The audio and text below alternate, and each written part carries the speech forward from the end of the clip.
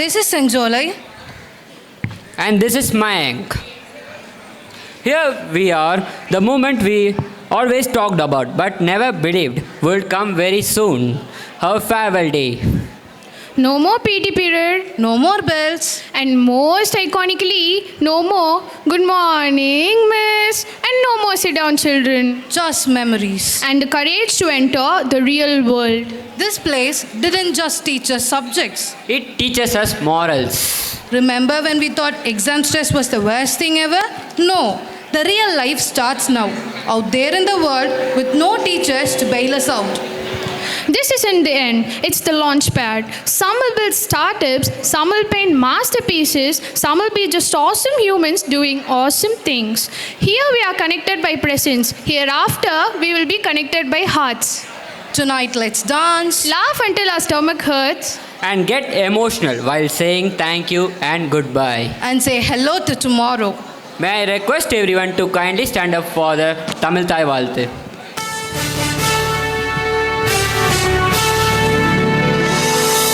நீராறும் கடலுடுத்த நிலமடந்தை கெழிலொழுகும் சீராறும் மதனமென திகழ்வரத கண்டனில் எக்கணமும் அதில் சிறந்த திராவிடனல் திருநாடும் தக்க சிறு திரை முதலும் தரித்தனரும் திலகமுமே அத்திலக வாசனை போல் அனைத்துலகும் இன்பமுற எத்திசையும் புகழ் மணக்க இருந்த பெரும் தமிழனே தமிழனே உன் சீரிழமை திறம்பியந்து செயல் மறந்து வாழ்த்துதுமே வாழ்த்துதுமே வாழ்த்துதுமே.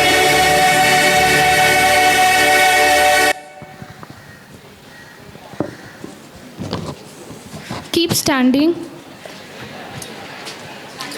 Next, we have prayer song by our beloved teachers.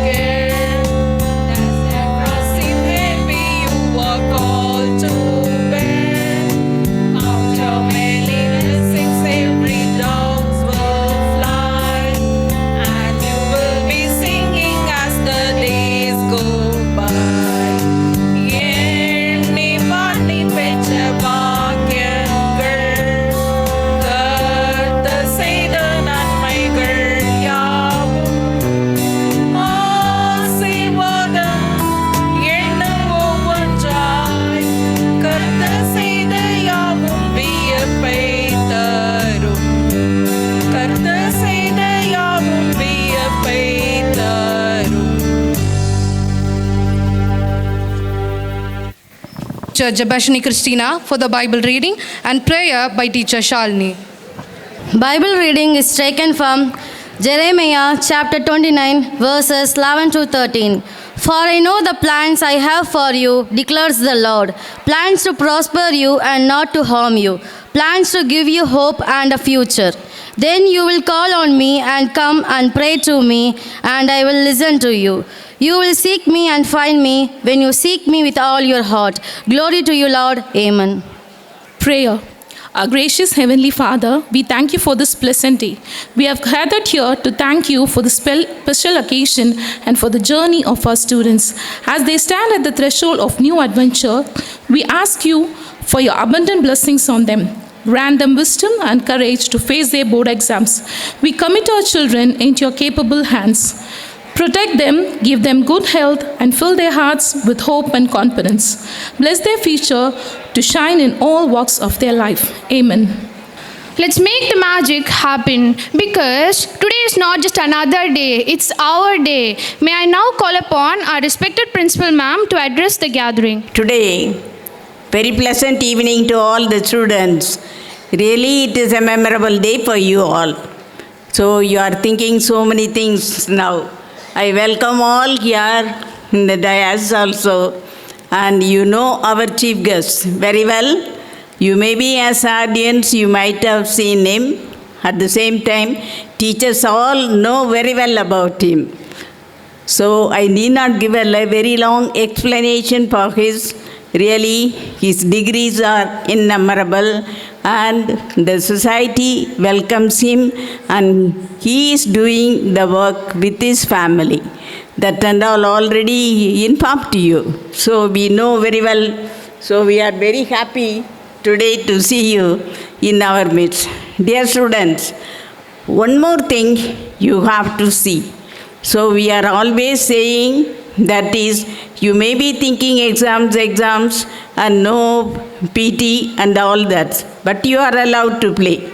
But only thing, your future now in your hands. So you have to show that in your performance. So that is very clear, students. You may be thinking, go back at the time, many of you are from LKG here only. At that age, do you remember how you were sitting in the class and how you were up to 5th standard, and after that 6th to 8th how you were, and then when you come to higher secondary how you were? So that is, you know very well. You think that only thing that the parents also saying you know everything, so you never expect anybody to advise or guide you. But you have to leave that to some extent, and wherever you go, you will be honored. Wherever you approach, your approach should be appreciated by the person to whom you are approaching. So on all the God bless you, students, and do well, come up in life, and in a lofty career you all should be. God bless you all, students. Thank you, ma'am. May I call upon our respected correspondent, sir, to honor the chief guest.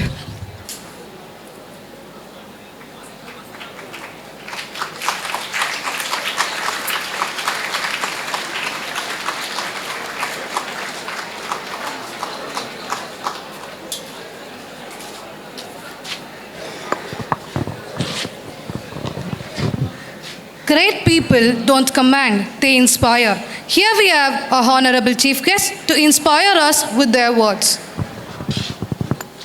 இன்றைய நாளுக்காக இந்த நிகழ்வில் உங்களோடு கூட பங்கு பெறுவதில் நான் பெரும் மகிழ்ச்சி அடைகிறேன். என்னை அழைத்த அருமையான உங்களுடைய கரஸ்பாண்டன்ட் சாருக்காக நான் நன்றி செலுத்துகிறேன். குடும்பமாய் ஒருவேளை இந்த நிகழ்வில் பங்கு பெறும்படி தேவநாயக கர்த்தர் கொடுத்த கிருபைக்காக நான் கர்த்தரை ஸ்தோத்திரிக்கிறேன். ஒருவேளை சீஃப் கெஸ்ட்டாக செலிப்ரிட்டி கூப்பிட்ருக்கலாம், வேறு எதையாவது கூப்பிட்ருக்கலாம். ஆனால் நீங்கள் ஆசீர்வாதமாக இருக்க வேண்டும் என்பதனால ஊழியக்காரனாக இருக்கிற பிஷப்பாக இருக்கிற என்னை அழைத்திருக்கிறார்கள் உங்கள் ஆசீர்வாதத்திற்காக. ஒரே ஒரு பைபிள் எழுதப்பட்டிருக்கிறதான ஒரு சம்பவத்தை உங்களுக்கு முன்பதாக வைத்து உங்கள் ஆசீர்வாதங்களுக்காக எதிர்காலத்திற்காக ஜெபிக்கும்படி நான் வாஞ்சிக்கிறேன். ஆண்டவராக இயேசு கிறிஸ்து மத்தேயு 25ஆம் அதிகாரத்தில் ஒரு சம்பவத்தை, ஒரு ஆசீர்வாதத்திற்கு ஏதுவான ஒரு சம்பவத்தை குறித்து அங்கே பேசுகிறார். அந்த பகுதி சொல்லுகிறது, பலவிதமான திறமைகள் உள்ள மனிதர்கள் அடங்கியது இந்த உலகம். எல்லாருக்கும் ஒரே மாதிரியான லெவலில் ஆண்டவராய் கர்த்தர் படைத்திருக்கிறாரான்னு கேட்டிங்கன்னா இல்லைங்க. வேறு வேறு விதமான திறமைகள், வேறு வேறு விதமான காரியங்கள் அடக்கியது மனுஷனுடைய வாழ்வாக வேதம் சொல்லுகிறது. ஒருவேளை உங்களில் கூட சிலர் டாப்பராக இருப்பீங்க, சிலர் ரொம்ப வீக் ஸ்டூடெண்ட்டாக இருப்பீங்க, சிலர் ஆவரேஜ் ஸ்டூடெண்ட்டாக பெயர் எடுத்திருப்பீங்க. இதெல்லாம் அடங்கியதான் உலகம் என்று இந்த பகுதி சொல்லுகிறது. அப்படிப்பட்ட மக்களிடத்தில் ஒரு எஜமான் ஒருவர் இருந்தார். அந்த பகுதி என்பது அப்படித்தான் சொல்லுகிறது. ஒரு எஜமான் ஒருவர் இருந்தார். அவர் வெளியில் போகிற போது தன்னிடத்தில் இருக்கிற ஆட்களை அழைத்து அவருடைய திறமைக்கேற்ற விதமாக அவர்களுக்கு சில காரியங்களை கொடுத்ததாக அந்த பகுதி சொல்லுகிறது. ஒருவரை கூப்பிட்டு 5 தாளந்தல் கொடுத்ததாகவும், இன்னொருவரை கூப்பிட்டு 2 தாளந்துகள் கொடுத்ததாகவும், மற்றொருவரை கூப்பிட்டு அவருடைய திறமைக்கு தக்கதாக 1 தாளந்தை கொடுத்ததாகவும் பகுதி என்பது சொல்லுகிறது. இதெல்லாம் கொடுத்துட்டு போன எஜமான் கொஞ்ச நாள் கழித்து திரும்பி வருகிறார். யார் யார்கிட்ட என்னென்ன கொடுத்தாரோ அதை திரும்ப கொண்டு வரும்படி அவர்களை அழைக்கிறார். அவர்கள் திரும்ப கொண்டு வந்து தன்னிடத்தில் கொடுக்கப்பட்டதான அந்த பணத்தை, தாளந்துன்னா கொடுக்கப்பட்டிருக்கிறதான ரூபா, அந்த காலகட்டத்தில் அதான் கொடுக்கப்பட்டது, அதை கொண்டு வந்து அவர்கள் கொடுக்கிற விதத்தை வைத்து தேவனாய் கர்த்தர் அவளை ஆசீர்வதித்தார். அதில் 5 பணத்தை பெற்றிருந்த மனுஷன் வந்து சொன்னால், நான் வியாபாரம் பண்ணினேன், நான் வேறொரு 5 பணத்தை சம்பாதித்திருக்கிறேன் என்று சொன்னான். இன்னொரு வந்து சொன்னால், நீ 2 பணத்தை எனக்கு கொடுத்தீர், நான் அதை வைத்து வியாபாரம் செய்து வேறொரு 2 பணத்தை நான் சம்பாதித்திருக்கிறேன் என்று சொன்னார். அந்த 1 பணத்தை பெற்றவன் வந்து சொன்னால், எஜமானாகிய நீ ரொம்ப ஒரு கடுமையான ஆள், அதனால் உமக்கு நான் பயந்து நீர் கொடுத்ததை பூமியில் பயிற்சி வச்சிருக்கிறேன், இப்போ தோண்டி எடுத்து கொண்டு வந்து இடத்துல தருகிறேன்னு சொல்லி கொண்டு வந்து திரும்ப கொடுத்ததாக அந்த வேத பகுதி சொல்லுகிறது. அப்போ ஆண்டவராய் கர்த்தர் அங்கே அழகாக ஒரு ஆசீர்வாதத்தை குறித்து எழுதுகிறார். 5 பணத்தை பெற்ற அந்த மகனை பார்த்து அவர் சொல்லுகிற வார்த்தை என்பது இந்த மத்தேயு 25ஆம் அதிகாரத்தில் வேதாகமத்தில் எழுதப்பட்டிருக்கிறது. அதை உங்களுக்கு முன்பதாக நான் வாசிக்கும்படியாக நான் வாஞ்சிக்கிறேன். 29ஆம் வசனம் இவ்விதமாய் சொல்லுகிறது, உள்ளவனவனோ அவனுக்கு கொடுக்கப்படும், பரிபூரணமும் அடைவான், இல்லாதவனிடத்திலிருந்து உள்ளதும் எடுத்துக்கொள்ளப்படும் அப்படின்னு அந்த வேத பகுதி என்பது சொல்லுகிறது. பணம் உள்ளவனை சொல்கிறாரா, பணம் இல்லாதவனை சொல்கிறாரான்னு கேட்டிங்கன்னா இல்லை. அந்த பகுதியில் அழகாய் ஆண்டவராய் கர்த்தர் சொல்லுகிறார், ஐயா, யாரெல்லாம் முயற்சி உடையவளாக இருக்கிறாரோ, யாரெல்லாம் உழைக்கிறவளாக இருக்கிறார்களோ, அந்த உழைப்பும் முயற்சியும் உள்ள ஒவ்வொருவரையும் தேவனாய் கர்த்தர் ஆசீர்வதித்து மேலும் மேலும் மேலும் அவர்களுக்கு கொடுக்கிறாராம், பரிபூரணத்தை நோக்கி நடத்துகிறாராம். அதான் அந்த பகுதியினுடைய வசனத்தினுடைய ஆதாரமாக இருக்கிறது. ஒருவேளை உங்களுக்குள்ள திறமைகள் வேறுபடலாம். நாளைக்கு நீங்கள் சந்திக்க போகிற உலகம், மேல் படிப்பு, அடுத்து வேலையோ தொழிலோ ஏதோ ஒன்றை நீங்கள் பார்க்க போகிறீங்க. எல்லாருக்கும் தேவனாய் கர்த்தர் அவருடைய திறமைக்கு தக்கதாக சில காரியங்களை கையில் கொடுக்கிறார். அதில் யார் யாரெல்லாம் முயற்சியோடு உழைக்கிறார்களோ அவர்களை மேலும் மேலும் ஆசீர்வதிக்கிறார் என்று அந்த பகுதி சொல்லுகிறது. அதில் ஒரு பணத்தை பெற்ற அந்த குறிப்பிட்ட நபர் யார் தோண்டி நிலத்தின் கீழே வைத்திருந்தாரோ அவரை பார்த்து ஆண்டவராய் கர்த்தர் சொல்லுகிறார், சோம்பலும் பொல்லாதவனும் ஆகிய உவாங்கிட்டிருந்து இருக்கிறதெல்லாம் எடுத்துக்கொள்ளப்படும் என்று கர்த்தர் சொல்கிற வார்த்தை என்பது அங்கே இடம்பெறுகிறது. உழைக்காதவன் தோண்டி புதைத்து வைத்திருக்கிறவனை பார்த்து ஆண்டவராய் கர்த்தர் சோம்பல் உள்ளவன் என்று மாத்திரம் சொல்லலை, சோம்பேறி என்று மாத்திரம் சொல்லலை, பொல்லாதவன் அப்படின்னார். கடுமையான ஆளுநர். ஒருவேளை தேவனாய் கர்த்தர் உங்களுக்கு கொடுக்க போகிற வேலை என்னன்னு தெரியாது, என்ன படிக்க போகிறீங்கன்னு தெரியாது, ரிசல்ட் என்ன வரப்போகுதுன்னு தெரியாது. இதில் யார் பிரதர் ஸ்கூல் டாப்பராக வந்தவங்கெல்லாம் பெரிய ஆளாக வந்துடுவாங்களா, கடைசியாக இருக்கிறவங்கெல்லாம் வாழ்க்கையில் நிறைய வித காரியத்தை இழப்பாங்களா, அல்லது ஆவரேஜாக இருக்கிற பிள்ளைகளுடைய வாழ்வில் ஆசீர்வாதம் கம்மியாக இருக்குமான்னு கேட்டிங்கன்னா வசனம் சொல்லுது, ஐயா முயற்சியோடு உழைக்கிறவனா நீ இருந்தன்னா தேவனாய் கர்த்தர் உன்னை மேலும் மேலும் மேலும் ஆசீர்வதிப்பார், பரிபூரணத்தை நோக்கி நடத்துவார். இதே வேதாகமம் தான் சொல்லுகிறது, உனக்கு செய்யும்படி கையில் என்ன கொடுக்கப்பட்டிருக்கிறதோ அதை முழு பலத்தோடு செய் என்பது ஆண்டவராய் கர்த்தர் சொல்கிற வார்த்தை. அது படிப்பாக இருக்கலாம், வேலையாக இருக்கலாம், தொழிலாக இருக்கலாம், ஒருவேளை நாங்கள் பார்க்குற ஊழியமாக கூட இருக்கலாம். தேவனாய் கர்த்தர் சொல்கிற முழு பலத்தை அதில் செலவழித்து உழைக்கிறவளாய் உன்னை மாற்றிக்கொள். அது உன் வாழ்வினுடைய எதிர்காலத்திற்கு ஆசீர்வாதமாக இருக்கும். சோம்பேறியை தேவனாய் கர்த்தர் அருவருக்கிறார். இந்த வேதாகம் முழுவதும் சோம்பல் உள்ளவன் தேவனாய் கர்த்தரிடத்திலிருந்து ஆசீர்வாதத்தை பெறுவதில்லை என்று வசனம் சொல்லுகிறது. அப்படி ஆண்டவராய் கர்த்தர் பொல்லாதவனை அடையாளப்படுத்தி சொல்லுகிறார், ஐயா கொஞ்சம் முயற்சி உடையவனாயிரு, உழைக்கிறவனாயிரு. கர்த்தர் உனக்கு கொடுத்திருக்கிற திறமைகளை கொண்டு, கர்த்தர் உனக்கு கொடுத்திருக்கிற அது கொஞ்சமோ நிறையவோ அந்த ஞானத்தை கொண்டு, அந்த திறமைகளை கொண்டு அடுத்த கட்ட நிலைக்கு நேராக முயற்சிக்கிறவனாக, உழைக்கிறவனாக உன்னை காத்துக்கொள் என்பது தேவனாய் கர்த்தர் சொல்லுகிற வார்த்தையாக இருக்கிறார். அதே பகுதியில் ஆண்டவராய் கர்த்தர் சொன்னார், இன்னொரு மனுஷனை தேவனாய் கர்த்தர் ஆசீர்வதிக்கிறாராம். அவ யார் கேட்டிங்கன்னா, உண்மையும் உத்தமம் உள்ளவனை தேவனாய் கர்த்தர் ஆசீர்வதிக்கிறார். யார் உண்மையாக உழைக்கிறாங்களோ, உத்தமமாக இருக்கிறார்களோ அவளை தேவனாய் கர்த்தர் ஆசீர்வதிக்கிறார். பல வருஷத்துக்கு முன்பதாக தாம்பரம் பகுதியில் ஒரு ஜெபக்கூட்டம் ஒன்று நடந்தது. அதில் நான் செய்தி கொடுக்கும்படி போயிருந்தேன். அந்த கூட்டம் முடிச்சோன்னே அங்கே ஒரு அம்மா இருந்தாங்க. அந்த அம்மாவை பார்த்து ஆண்டவர் சொன்னார், உன்னுடைய மகனை நான் மருத்துவராக்க போகிறேன் அப்படின்னு ஆண்டவராய் கர்த்தர் பேசினார். அவங்க யாருன்னே தெரியாதப்போ. இப்போ அந்த அம்மா சொன்னாங்க, என் மகன் இப்போ தான் +2 முடிச்சிருக்கிறான், நான் வேகமாக போய் அவனை கூட்டிகிட்டு வந்துடுறேன், கொஞ்சம் வெயிட் பண்ணுங்கள், நீங்கள் எல்லாருக்கும் ஜோம் பண்ணி முடிக்கிறதுக்குள்ளே என் மகன் வந்துடுவான், அவனுக்கு ஒரு ஜோம் பண்ணிட்டு போயிருங்கன்னு சொல்லி அந்த அம்மா வேகமாக போனாங்க. அவங்க மகனை கூட்டிகிட்டு வந்தாங்க. அந்த மகன் வந்து சொன்னால், இப்படி மருத்துவராய் நான் மாறுவேன்னு சொல்லி சொன்னீங்களாம், அதான் என்னுடைய விருப்பம். எங்கள் அப்பாவும் மருத்துவர் தான், ஆனால் அதற்கான வாய்ப்பு இல்லை. ஏன்னா நான் ஃபிசிக்ஸில் ரொம்ப கம்மியான மார்க் தான் நான் ஸ்கோர் பண்ண போகிறேன், அதனால் எனக்கு கிடைக்காது அப்படின்னு சொல்லிட்டு சொன்னால், அந்த எக்ஸாமில் எனக்கு வந்து எக்ஸாமினர் ரொம்ப லீனியண்ட்டாக இருந்தாங்க. எல்லாரும் பார்த்து காப்பி அடிச்செல்லாம் எழுதுனாங்க. ஆனால் எனக்கு ஒரு மனசில் ஒரு எண்ணம் இருந்தது, நான் காப்பி அடிக்க மாட்டேன், உண்மையாக இருப்பேன்னு சொல்லி உண்மையாக எக்ஸாம் எழுதினேன். அதனால் எனக்கு மார்க் குறைஞ்சிடும், நான் பாஸ் பண்ண மாட்டேன்னா. அதாவது மருத்துவருக்கு நான் பாஸ் பண்ணி வர மாட்டேன், எலிஜிபிளாக மாற மாட்டேன்.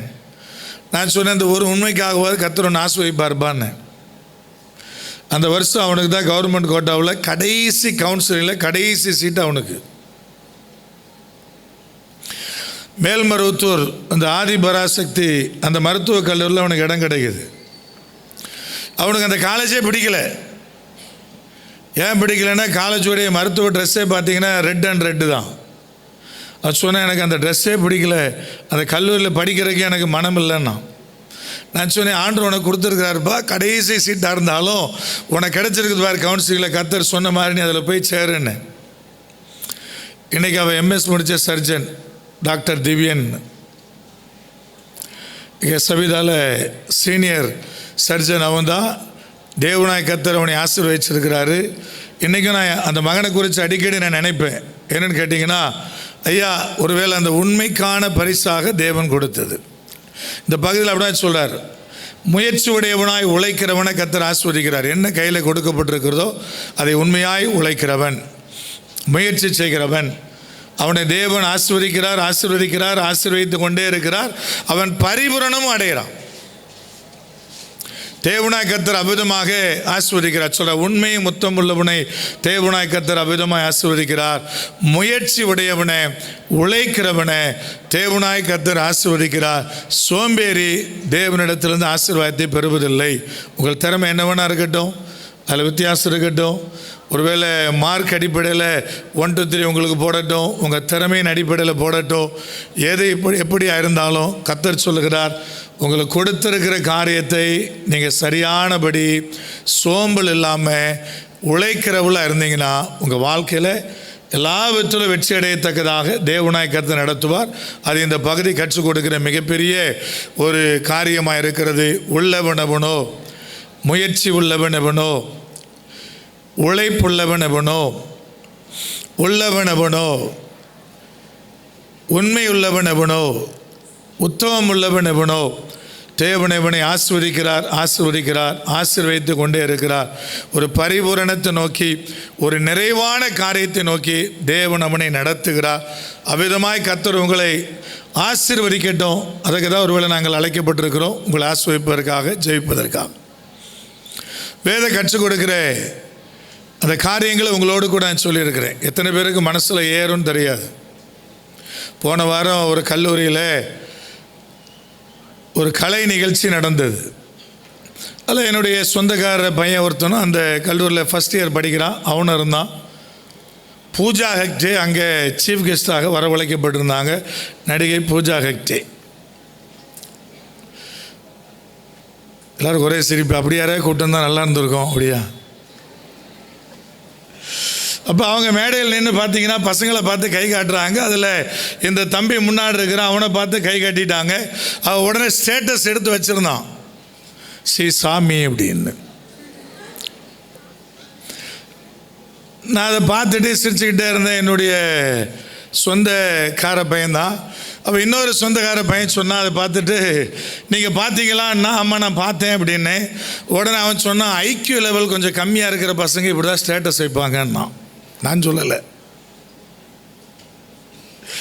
ஐக்கியூ லெவல் கொஞ்சம் கம்மியாக இருந்தால் இப்படி தான் ஸ்டேட்டஸ் வைப்பாங்கன்னு. ஒரு 3 நாளைக்கு முன்னாடி அந்த வீட்டுக்கு நான் போயிருந்தேன். இப்போ அந்த தம்பி இருந்தான். போன உடனே கேட்டேன், டே என்னடா காலேஜ் கல்ச்சுரல் நல்லபடியாக முடிஞ்சுதா? நல்லபடியாக முடிஞ்சுது. டே எனக்கு ஒரு தகவல் வந்திருக்குடான்னு.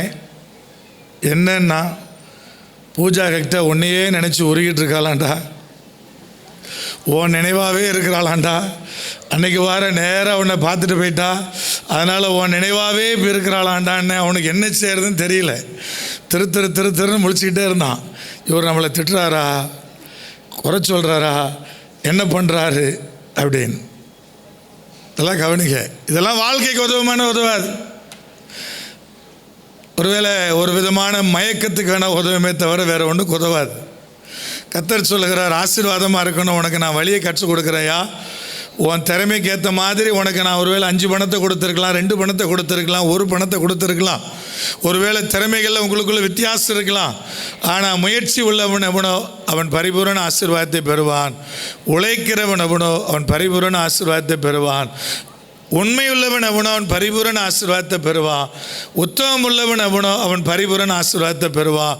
இது இங்கே இருக்கிற ஸ்டூடெண்ட்டுக்கு மாத்திரமல்ல, வேலை பார்க்கிறவர்களுக்கும் எனக்கும் இங்கே இருக்கிற எல்லாருக்குமே பொருந்தக்கூடிய ஒன்று. தேவன் அவளை ஆசீர்வதித்து மேலும் மேலும் ஆசீர்வதிப்பார். எத்தனை பேருடைய காதில் ஏறிச்சோ தெரியாது. ஏறினவர்கள் பாக்கியவான்கள், அவர்கள் கர்த்தராலே ஆசீர்வதிக்கப்படுவார்கள். உங்கள் எல்லாருக்காக நான் ஒரு ஜெபம் பண்ண போகிறேன். எல்லோரும் அமைதியாக இருக்க போகிறீங்க. ஒரு 2 நிமிடம் உங்களுக்காக ஜெபிக்க போகிறேன். ஒருவேளை எதிர்காலத்தில் எழுத போகிற எக்ஸாமினுடைய வெற்றி மாத்திரமல்ல, உங்கள் வாழ்க்கையே வெற்றியாய் மாறும்படியாக, கர்த்தர் அனுக்கிரகம் செய்யும்படியாக, இந்த 4 காரியத்தையும் உடையவளாய் உங்களை மாற்றி தேவன் ஆசீர்வதித்து உங்களை மகிமைப்படுத்தும்படியாக நான் உங்களுக்காக ஜெபிக்க போகிறேன். அப்படியே கண்களை மூடலாம். ஒரு விசை ஆசீர்வதிப்பதாய் சொன்ன கர்த்தரை நோக்கி பார்த்து ஜெபிக்க போகிறீங்க. எங்கள் பரிசுத்த தகப்பனே, எங்கள் வல்ல பிதாவே, இந்த பகுதியை தேவனாய் கர்த்தர் ஏன் காண்பித்தரோ தெரியாது. ஆனால் சொன்ன வார்த்தைகளை பிள்ளைகளுக்காய் சொல்லி நாங்கள் முடித்திருக்கிறோம். ஆசீர்வதிக்கிறவர், ஆசீர்வதிக்கிறவர், இன்னும் மென்மேலும் ஆசீர்வதிக்கிறவர், பரிபூரணத்தை நோக்கி நடத்துகிறவர். இந்த வார்த்தையை கேட்டிருக்கிற பிள்ளைகளை முயற்சி உடையவர்களாய், உழைக்கிறவர்களாய், உத்தமம் உள்ளவர்களாய், உண்மையுள்ளவர்களாய் தேவனாய் கர்த்தர் மாற்றி அவ்விதமாய் பிரயாசப்படுகிற பிள்ளைகள், உழைக்கிற பிள்ளைகள், அவங்க குறைந்த திறமை உள்ளவங்களாக இருக்கலாம், அற்பமாக எண்ணப்பட்டவர்களாக இருக்கலாம், இவங்களாம் வாழ்க்கையில் தேர மாட்டாங்கன்னு மற்றவர்களாக சொல்லப்பட்டவர்களாக இருக்கலாம், ஒருவேளை எக்ஸாமினேஷனில் வெற்றி பெறுவதே கடினம் என்று சொல்லப்பட்ட நிலையில் இருக்கலாம். ஆனால் பிள்ளைகளுடைய உழைப்பை கனப்படுத்தும். கால கடந்து போயிடுச்சுன்னு எண்ணாதபடி இருக்கிற நாட்களிலே முயற்சிக்க, உழைக்க, உண்மையாய் உழைக்க, அதன் மூலமாய் ஆண்டவரே உம்முடைய ஆசீர்வாதத்தை பெற மென்மேலும் ஆசீர்வைத்து பிள்ளைகளை பரிபூரணம் அடைய எல்லாவற்றிலும் நிறைவானவர்களாய் காத்துக்கொள்ளும்படி இப்படி அன்பின் பாதத்தில் ஒப்புக் கொடுக்கிறோம். தகப்பன் நாமே மகிமைப்படுவீராக. இயேசு கிறிஸ்துவின் நாமத்தில் தானே ஜெபிக்கிறோம் ஜீவனுள்ள தகப்பனே, ஆமென்.